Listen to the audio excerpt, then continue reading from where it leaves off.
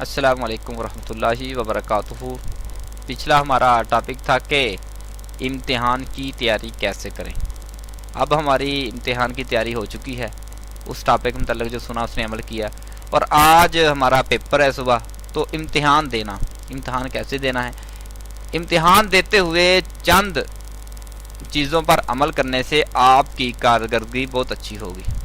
ان میں سے سب سے پہلا پوائنٹ ہے کہ امتحان کے دوران آپ کا پرسکون اور پر اعتماد ہونا بہت ضروری ہے۔ آپ جتنے پرسکون اور پر اعتماد ہوں گے، آپ کی تیاری امتحان میں کامیابی کی کارکردگی اتنی ہی اچھی ہوگی۔ اگر اس کے لیے امتحان سے ایک ہفتہ پہلے صبح اور رات کے وقت 5 منٹ کی یہ مشق کریں کہ جسم کو بالکل ڈھیلا چھوڑیں، 10 لمبے سانس لیں، آنکھیں بند کر کے تصور کریں کہ آپ کمرہ امتحان کی طرف جا رہے ہیں۔ جیسے تصور کا کسی نے سوال کے جواب دیا تھا، تصور کا بڑا اثر ہے۔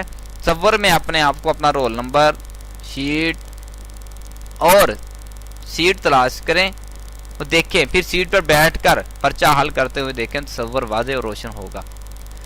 اب آپ نے تصور میں دیکھ لیا، تصور میں دیکھیں کہ نگران آپ کی طرف آ رہا ہے، آپ کو جوابی کاپی اور سوال نامہ کویسچن پیپر دے رہا ہے۔ تصور میں سوال نامے کو پڑھیں، ہدایات سوالات کو سکون اور غور سے پڑھیں۔ تصور کریں کہ آپ سارے سوالوں کے جواب ٹھیک لکھ رہے ہیں۔ آپ نے منفرد وقت میں پرچہ مکمل کر لیا ہے۔ آخر میں تصور کریں کہ آپ کمرہ امتحان سے باہر آ گئے ہیں، دوستوں کو بتا رہے ہیں کہ آج کا پرچہ بہت شاندار ہوا، آپ بہت خوش ہیں۔ آگے کہ امتحان سے پہلے رات، جو پہلے تو میں نے ایکسرسائز بتائی تھی، اس کے بعد امتحان سے ایک رات پہلے بھرپور نیند لیں۔ لیکن ہمارا اس سے الٹ کام ہوتا ہے، رات ساری جاگنا ہے، سارا سال سونا ہے، جب پیپروں کا وقت ہے جاگنا ہے۔ اس طرح اگر نیند پوری کریں گے، اس طرح آپ امتحان کے دوران میں فریش اور تازہ دم ہوں گے اور آپ کی کارکردگی بہت ہی اچھی ہوگی انشاءاللہ تعالی۔ آگے پوائنٹ ہے کہ پیپر سے پہلے پیپر سے ایک رات پہلے رول نمبر سلپ، کیلکولیٹر، قلم، بال پوائنٹ، مارکر اور پیمانہ وغیرہ کا انتظام کر لیں۔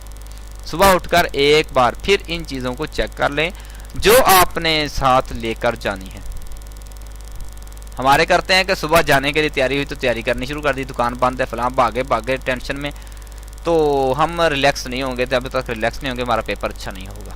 آگے امتحان دیتے وقت آپ کے پاس فالتو سامان مثلا پین، پینسل، دوسرا سامان موجود ہو۔ اگر ایک چیز کام نہ کرے تو آپ نے جو سپیئر دوسری چیز رکھی ہے اس کو استعمال کر سکیں، اس طرح آپ پریشانی سے بچ سکتے ہیں۔ محترم ناظرین، امتحان سے 1 گھنٹہ پہلے کچھ نہ پڑھیں، خصوصاً کوئی نئی چیز نہ پڑھیں، البتہ دہرائی کی جا سکتی ہے۔ جو یاد کر لیا وہی یاد کرنا ہے۔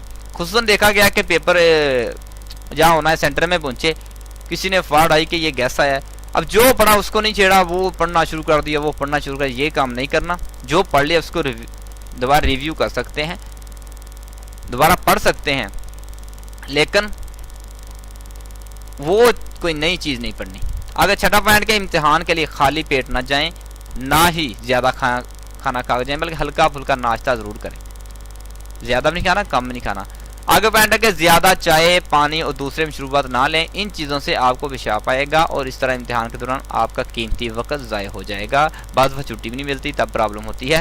اگلا پوائنٹ ہے کہ اگر آپ امتحان کی جگہ سے واقف نہیں تو کم از کم 1 دن پہلے امتحان کا ضرور دیکھ لیں، اس سے آپ کو امتحان والے دن پریشانی نہیں ہوگی۔ آگے کہ امتحان والی جگہ میں کم سے کم 30 منٹ تک پہلے پہنچ جائیں، ارجنٹ نہ بنے۔ آگے ہے کہ کمرہ امتحان کھلتے ہی کمرے میں داخل ہو جائیں، اپنی سیٹ تلاش کر لیں۔ اس کے بعد اگلا کام آپ نے کرنا ہے، سوال نامہ کویسچن پیپر ملنے سے پہلے اپنی سیٹ پر بیٹھ کر 10 لمبے سانس لیں، آنکھیں بند کر کے تصور کی مدد سے 5 منٹ کی تفریحی سیر سے اپنے آپ کو ریلیکس کریں۔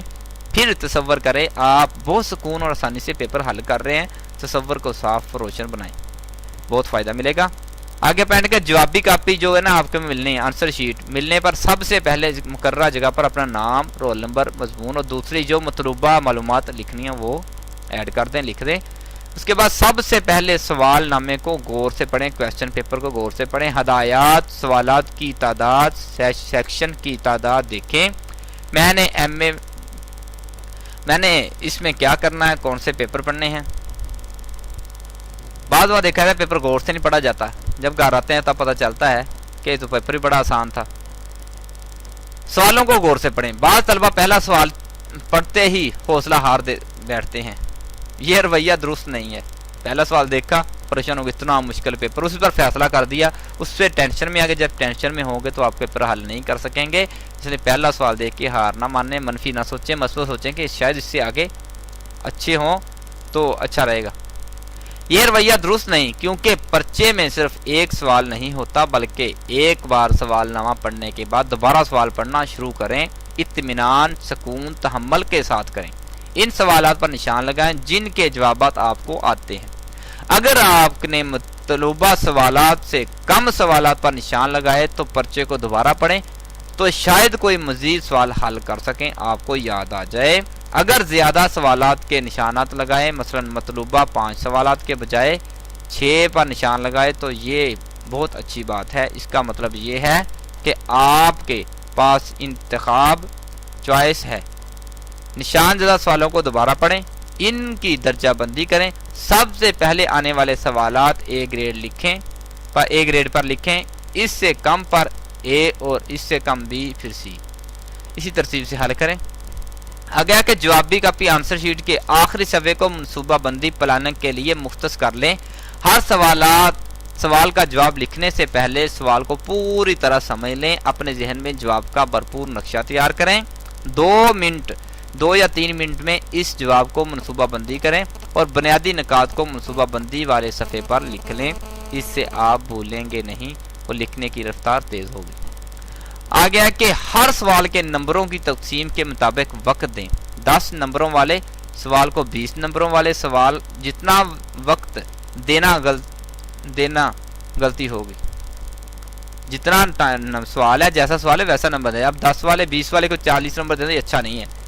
عموماً پرچے کے حل کے لیے 3 گھنٹے یعنی 180 منٹ ملتے ہیں. آخری دہرائی کے 10 منٹ نکال کر باقی 170 منٹ کو سوالات کی تعداد اور نمبروں کے مطابق تقسیم کر لیں. اس تقسیم کے وقت کی پابندی کریں. آگے پوائنٹ ہے کہ جوابات دیتے وقت سوال لکھنے کی ضرورت نہیں. عام طور پر صرف سوال کا نمبر لکھنا کافی ہوتا ہے. اس سے آپ کا ٹائم کافی بچ جائے گا، ٹائم ویسٹ نہیں ہوگا. آگے پوائنٹ ہے کہ سب سے پہلے وہ سوال حل کریں جو آپ کو سب سے زیادہ آتا ہے، یعنی اے گریڈ، کیونکہ پہلا فرسٹ امپریشن ممتحن پر گہرا اثر ڈالتا ہے. First impression is the last impression, جس کی وجہ سے بعد والے سوال جو چیک کرے گا اس کو بھی جو غلطی ہوئے گی اتنی خاص توجہ نہیں دے گا، اس پر معمولی سی غلطی سے درگزر کر جائے گا، اچھے نمبر دیتا ہے. دوسرا سوال بھی اے گریڈ ہونا چاہیے. اگر آپ ایک سوال کم آتا ہے تو اسے تیسرے نمبر پر حل کریں. چوتھا اور 5واں سوال بھی بہتر ہو. اس طرح پرچہ حل کرنے سے آپ تیسرے سوال کے بھی زیادہ نمبر حاصل کر سکیں گے. گاہے بگاہے گھڑی پر نظر دہراتے رہیں تاکہ وقت کا اندازہ رہے. بوقت ضرورت لکھنے کی رفتار کو کم یا زیادہ کیا جائے. تیز لکھنا بھی ایک سکل ہے، اس کو بھی سیکھا جائے. آگے پوائنٹ ہے کہ کٹنگ اور اوور رائٹنگ سے پرہیز کریں. کئی بچوں کی عادت ہے پیپر نہیں آ رہا، پکڑا اس کو پیج کو گند مارنا شروع کر دیا، لکھنا شروع کر دیا. اس طرح کا کام آپ نے نہیں کرنا. اچھا ناظرین، کٹنگ سے پرہیز کرنا ہے، ریموور استعمال نہیں کرنا. اگر کسی لفظ کو کاٹنا بھی ہے تو اس کے ارد گرد بریٹ کا نشان لگائیں. ٹھیک ہے، کاٹنا چاہتے ہیں، یہ لفظ لکھا ہے، اس کے ارد گرد بریٹ کا نشان لگا لیے اور اوپر دونوں طرف میں اس کا نشان لگائیں. مثلا ایسے لگا کے ایسے، آپ سمجھ گئے ہوں گے یہ لفظ لکھا ہے. اس لفظ میں تینوں کوئی لفظ غلطی ہے تو اس کو ایسے کریں، اس کے اوپر پھر ایسے کاٹے کریں. یہ جو پیپر چیک کرنے والے انہوں نے طریقہ بتایا کہ اچھا لگتا ہے. ٹھیک ہے، یہ عمل کریں. آگے ہے کہ 20 نمبر پر کہ عموماً ایک سوال میں 2-3 باتوں کی وضاحت کرنے کو کہا جاتا ہے. سوال کے کی پوائنٹ کو انڈر لائن کر دیں تاکہ جواب دیتے وقت تمام نکات سامنے رہیں. آگے ہے کہ ہر سوال کے بعد چند لائنیں چھوڑ دیں تاکہ اگر بعد میں کوئی پوائنٹ یاد آ جائے تو لکھ سکیں. آگے ہے کہ جوابات لکھتے وقت سرخیاں بنائیں، ہیڈنگ دیں.